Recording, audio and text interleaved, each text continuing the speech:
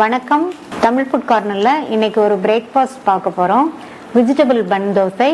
இந்த தோசை வெளியில நல்லா மொறுமொறுப்பாகவும் உள்ள ரொம்ப சாஃப்டாகவும் சாப்பிட்றதுக்கு ரொம்ப ரொம்ப டேஸ்டாகவும் இருக்கும்.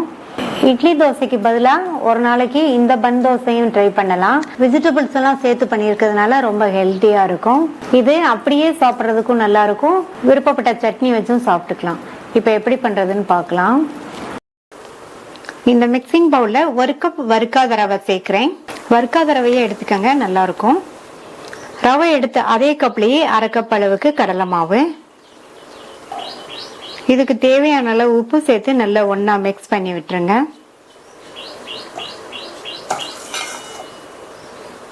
மிக்ஸ் பண்ணி விட்டுட்டு இது கூட 1/4 கப் அளவுக்கு பீட் பண்ண புளிப்பான தயிர் சேர்த்துக்கலாம். ரவை எடுத்த கப்லயே 1 கப் அளவுக்கு தண்ணி சேர்த்துட்டு நல்லா கட்டிகள் எதுவும் இல்லாம நல்லா இதை கலந்து விட்டுருங்க.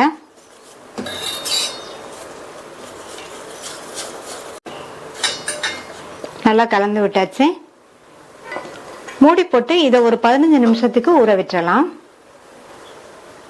இந்த பேன்ல 1 டேபிள் ஸ்பூன் எண்ணெய் சேர்த்து சூடாகட்டும். இப்ப எண்ணெய் சூடாயிடுச்சு. அதுல அரை டீஸ்பூன் கடுகு, அரை டீஸ்பூன் சீரகம் சேர்த்துட்டு ரெண்டுமே பொரிஞ்சதுக்கு அப்புறமா அதுல 1 டீஸ்பூன் பொடியா கட் பண்ண இஞ்சி, பொடியா கட் பண்ண 2 பச்சை மிளகாய், அடுத்து கட் பண்ண கறிவேப்பிலை இலைகள் கொஞ்சம்,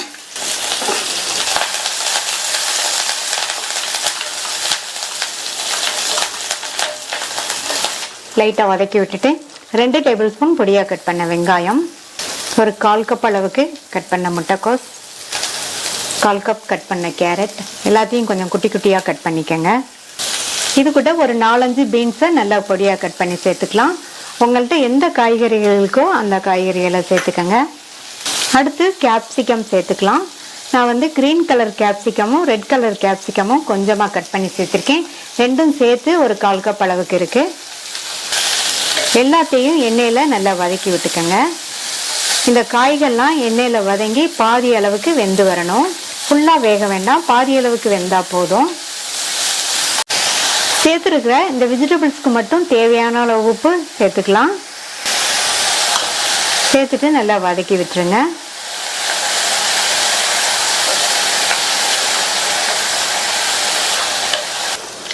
மூணு நிமிஷம் ஆச்சு. நம்ம சேர்த்த காய்கள்லாம் பாதி அளவுக்கு வெந்திருக்கு. அடுத்து இதுல பொடியா கட் பண்ண கொத்தமல்லி இலைகளை சேர்த்துட்டு நல்லா ஒரு தடவை மிக்ஸ் பண்ணி விட்டுட்டு இதை ஆற விட்டுறலாம்.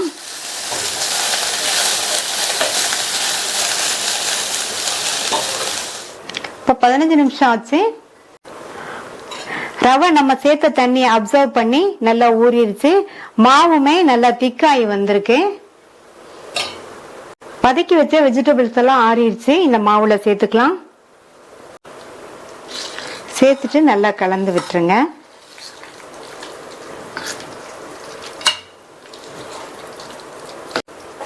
நல்லா மிக்ஸ் பண்ணி விட்டாச்சு. இந்த மாவு இட்லி மாவு பதத்துக்கு இருக்கணும். திக்கா இருக்கு, அதனால இன்னும் கொஞ்சம் தண்ணி சேர்த்துக்கலாம்.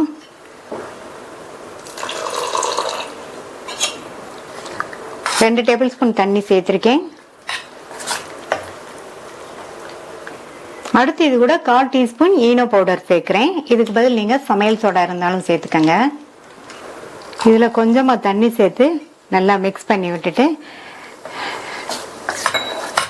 நம்ம தோசையை ஊத்திடலாம். மாவு இட்லி மாவு பதத்துக்கு இருக்கு. ஈனோ பவுடரோ சமையல் சோடாவோ நீங்க இதை கடைசியா சேர்த்து கலந்து விட்டுட்டு உடனே தோசையை ஊத்திடுங்க.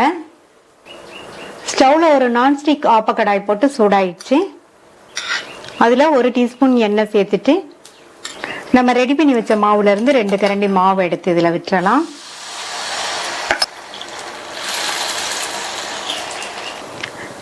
தோசையோட மேலையும் கொஞ்சமா எண்ணெய் சேர்த்துட்டு மூடி வச்சிருங்க.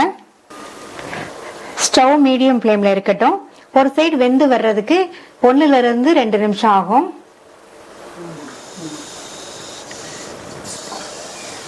அந்த சைடு வெந்துருச்சு. திருப்பி போட்டுக்கலாம்.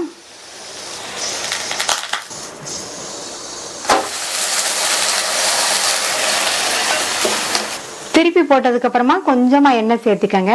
மூடி எதுவும் போட வேண்டாம். அந்த சைடு வெந்ததும் எடுத்துடலாம்.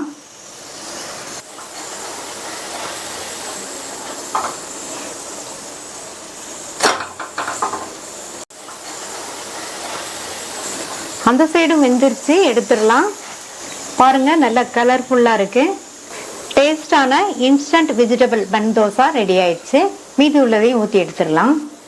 இந்த மாதிரி செஞ்சு கொடுத்தோம்னா எல்லாருக்குமே ரொம்ப பிடிக்கும், விரும்பி சாப்பிடுவாங்க. நீங்களும் ஒரு தடவை இதை ட்ரை பண்ணி பார்த்துட்டு உங்க கமெண்ட்ஸை சொல்லுங்க.